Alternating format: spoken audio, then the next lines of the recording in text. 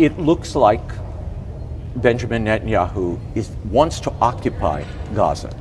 And Hamas is saying there'll be no ceasefire. We need a ceasefire. And we're not giving you these hostages until our terms are met. Where is the United States on this? Is occupation of Gaza the right way to go right now? And what about the humanitarian crisis? Let me say, ultimately, what Israel needs to do for Israel's security will be determined by Israel. I can tell you the way to break this out is there are three problems there at the same time. Number one is the one that's getting almost all the media coverage, and this is the humanitarian problems and that we're seeing there. And there, no one wants to see that. And the United States stands prepared to contribute towards any real effort that will actually get food and medicine and life-sustaining aid to people on the ground in Gaza. That's number one. The second is that there are 20 innocent people being held hostage and starved inside of tunnels. Unfortunately, there aren't daily cameras down there covering that, and so you don't see the mainstream media covering it. But there are 20 people that have done nothing wrong that are being held as hostage, and we saw the conditions that they're living in the other day. And the third is that as long as Hamas exists, particularly exists as an armed organization, there will never be peace in Gaza. Because that Hamas is not going to suddenly change and go into another line of work. Their line of work, their reason for existing is they want to destroy Israel. They want to drive every Jew out of the Middle East. That's their goal. And as long as a group like that has weapons and the ability to fight, they're a threat to peace. So we have to deal with all three of those elements, not just the humanitarian. That's important, but the other two have to be dealt with as well. Not enough attention is being paid to those two. And it's not easy because Hamas thinks they're winning the global PR war. They're not willing to make any concessions. Well, clearly they're winning something. Your allies, Canada, France, the UK, are prepared to recognize the Palestinian state there. Well, if you notice that the talks with Hamas fell apart on the day Macron made the unilateral decision that he's going to recognize a Palestinian state.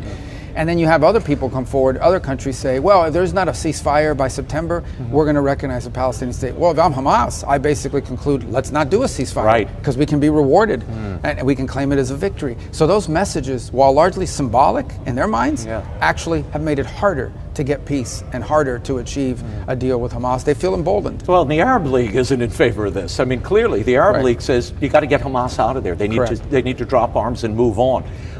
But do you agree with Netanyahu that this would be a reward for Hamas? Statehood? By giving them statehood? A recognition, absolutely. Look, statehood is it's not a real, what these people are talking about isn't real. They can't define the borders or who's going to run it. I mean, you can't have a state or even an autonomous region unless you can identify who's going to run it. And if it's going to be run by Hamas, you're going to be right back into war. So I think what's important to remember here is that, by the way, they've had opportunities to do this. You know, Israel turned over Gaza, turned it over completely with greenhouses and all kinds of things. And they elected Hamas. Hamas destroyed it all, took it, built tunnels instead of hospitals. That's what they do. So here, at the end of the day, my problem with it is that I believe that these unilateral steps that have been taken by these governments, I know, has emboldened Hamas and made it harder to achieve peace. Thank you, Mr. Prime Minister. It is an honor to be back here. I've been here many times before as an American visiting, and then as a member of the United States Senate, but now for the first time as the Secretary of State of the United States, and it's an honor to be here. And it's an honor to serve in this role on behalf of President Donald Trump, who, as you've accurately stated, Mr. Prime Minister, is a tremendous friend of Israel. There's been no stronger ally for Israel in the White House than President Trump. He's also a man that speaks clearly and unambiguously and makes clear his views on issues.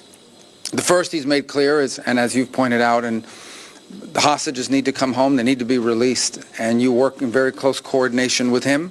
He's working in very close coordination, but with the Prime Minister and his government in ensuring that happens. That must happen.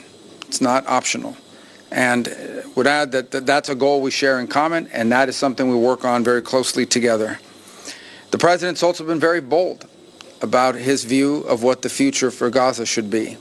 Not the same tired ideas of the past, but something that's bold and something that frankly took courage and vision in order to outline. And it may have shocked and surprised many, but what cannot continue is the same cycle where we repeat over and over again and wind up in the exact same place. Related to that, the President's been very clear. Hamas cannot continue as a military or government force. And frankly, as long as it stands as a force that can govern, or as a force that can administer, or as a force that can threaten by use of violence, peace becomes impossible. They must be eliminated. It must be eradicated. The common theme in all of these challenges is Iran. It is the single greatest source of instability in the region. Behind every terrorist group, behind every act of violence, behind every destabilizing activity, behind everything that threatens peace and stability for the millions of people who call this region home, is Iran.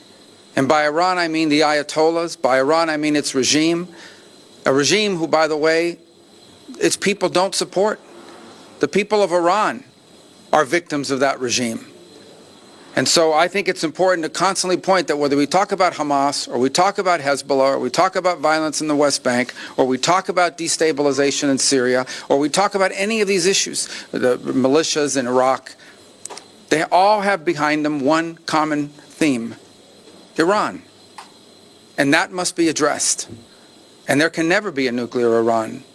A nuclear Iran that could then hold itself immune from pressure and from action. That can never happen. The President's been clear about that as well. And so I close where I began by reiterating our strong support for our allies, very close allies and partners here in Israel, to the people of this great country, for whom we have tremendous love and respect for everything you're facing, have faced, and continue to face. It is an extraordinary story of bravery.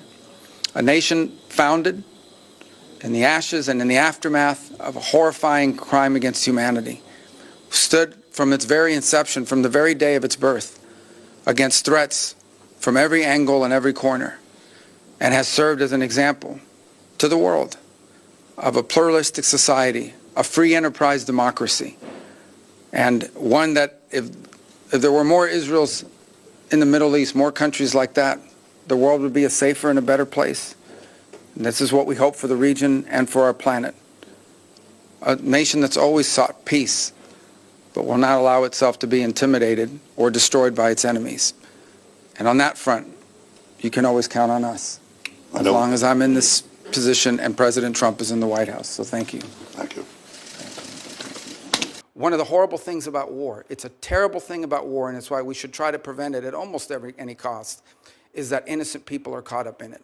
And that's true of every conflict on the planet. But there is a difference between those who, in the conduct of armed action, deliberately target civilians, and those who do as much as they can to avoid civilians being caught up against an enemy that doesn't wear a uniform, against an enemy that hides in tunnels, against an enemy that hides behind women and children and puts them at the forefront and uses them as human shields. That's who Hamas is. There is no moral equivalency, and I think the ICC, if they don't drop this, will find its credibility globally badly damaged. And I think the United States should be very concerned, because I believe this is a test run for applying it to American service members and American leaders in the future.